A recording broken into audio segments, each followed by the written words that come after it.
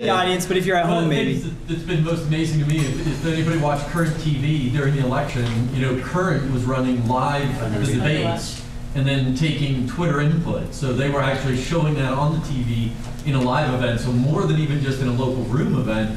And then last week, like, I had my first mind-blowing experience, which was at CNN at noontime. I think it's Rick Sanchez now. Yeah. Follows Twitter on his show, and I kicked back to have a sandwich and watch some news. And when he started to talk about it, I figured I'm going to just play with it and see if I can do it. Came back from a commercial, sent in a question about Guantanamo Bay on Twitter, and he actually read it live within about 5 minutes. Yeah, and it was really interesting to see that. But I understand the complete shift that it's not even just in the local event, but now becoming this thing that you're interacting with a medium that's out globally in real time. But I understand what Newspaper Girl is saying. I mean, if you're at the live event, and it is a little disrespectful, but I mean, if you're at home watching TV, obviously, I wouldn't say it's disrespectful. It's hard. It's weird. Yeah. It's weird to be, if you're a social person, it's weird to look out and just see. And everybody's laughing. I've not experienced that except in the conf, you know, as an attendee, but it's weird. So what do you guys think about, on the Twitter blog today, they talked about the limit of 120 characters. How's that going to change what you guys are doing? I haven't read my RSS yet today. I've been out all day. I think that's bad. That's really good. I'm used to 140. I already got to change my whole language. Why don't you update us on what they said? Grammar's gonna get worse. It's a joke. I knew it. Okay. Good. They're going to freak us out. I haven't read my RSS today yet, so I would believe it. Totally He said that they're limiting it now to 120 characters. They have no. But keep in mind, guys, that this is a service that I'm the most pro and the most against Twitter you'll ever know. I quit Twitter for a while and came back, and I have this love-hate relationship with them. But Twitter is a service that isn't making money yet. There's risk there. If you're building an entire, it's a great tool for now. But we don't know what's going to happen to Twitter. I predict they'll still be around, but they'll be black. But there is that risk. This is all about building relationships. It's a tool. Facebook's a tool. Twitter's a tool. FriendFeed's a tool. RSS is a tool. Google Reader is a tool. These are all about forming and bonding relationships with people that you normally wouldn't be able to. Things like, is it Rick Sanchez of CNN? You can now talk to him and build a relationship with him, whereas normally you couldn't do that before. Britney Spears is able to build relationships with her fans. You can't really talk back to her, but that's besides the point. She's actually using it as a tool to get out to her friends. And there's lots of things like that where it's all about building these relationships which previously you weren't able to build. With all the name dropping, don't forget MC Hammers. And well, I was actually going to mention him too. He direct messaged me, by the way. Good. No, what are you saying? He asked me about social too. See, that's how we're going to fund Twitter. Those guys need to pay out. No. Anybody else have a question for the panel? Comments? Are we done? Are we closing shop? I think we're getting close. We're not going to close the night. Everybody can go back over and continue socializing for as long as it. Well, I did have one question. Yeah, go ahead. I'm at In the Black, by the way, if anybody. So my question is, I work for a large brand, and so we're just starting to try to get into social media as a whole, not just Twitter, but. And you know, I actually follow Guy Kawasaki, and it's funny to me because there's so many different approaches we can take as a big brand. But to me, in a lot of ways, Guy Kawasaki's been extremely successful just in the fact that 4 out of 5 of you guys mentioned Guy Kawasaki. So to me, he's actually been very smart and very successful in a lot of ways. And same with the Motrin thing, you know. So many people talked about it that it was huge for them. So. I think it was a success for Motrin, if you ask me.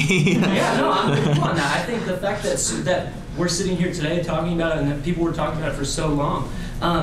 But so, at an enterprise level, I mean, how do you choose the approach to and be transparent enough to actually build a quality following on Twitter? It seems like it's all about transparency and being personable, but where do you not promote yourself and market yourself, and you know what I mean?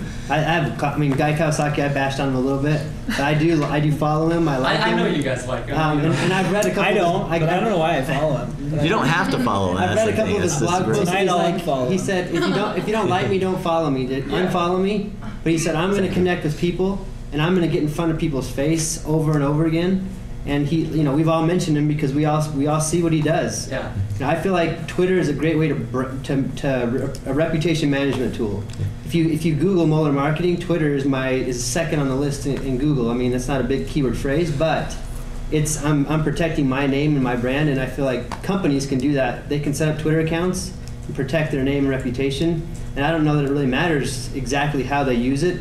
It's just that they're out there, that they're socializing. Twitter's all about marketing. I think it's about results, and if you can track those results, a guy is checking every single person that unfollows him. If he gets a large amount of people that unfollow him, he's going to stop what he's doing. But the fact is, people aren't doing that, so he can keep doing what he's doing. So follow those results. Look at how many people are unfollowing you, how many people are following you, what type of responses do you get? Are you getting the response that you want from it? And search for people talking about your brand, or more people talking about you because of the things that you're doing on Twitter, and follow those results. It's all about marketing. These are just marketing tools. That's all they are. No matter what anyone says, they're marketing tools, and marketing's all about results. So track the results. The best thing you can do to start is RSS feed your brand name, and anybody who says that name, just reach out to them, start a conversation with them. Definitely. Is there anything I can do? We've started doing that. We've actually seen a lot of results, and so we've been replying and responding. But I think on a proactive level, are there things that you could do proactively? I'll just say this. Guy Kawasaki did not become who he is because of Twitter. I think he's abusing his relationship that he's created through his blog and his books and his great content and all the great things he does. I agree with that. I think that you need to be careful when somebody is going to follow you to not abuse that. Yeah. Just don't. I actually don't read him. I don't follow him. I don't much care for him. I mean, that's not to say he's a bad guy. Right. I don't have a connection with him. And I agree with you that he's abusing his relationship. He's got a lot of followers who probably are not listening, truth be known. The only time I heard him speak, he bored me, flat out. Now, I say this not to bash on him. He's bigger than Twitter. He's bigger than me, right? It's irrelevant. The point I'm trying to make is, how do you avoid that? You listen in. You listen and you follow what your audience is saying. At the same time, guy's making more money than ever, and he's tracking every bit of it along the way. If he stopped making money, if he stopped seeing his reputation affected, he'll stop doing what he's doing. Yeah, and he's a smart guy, and he's going to make money. I mean, let's face it. That's not my point, I guess. Just in how do you mimic and not cross that line?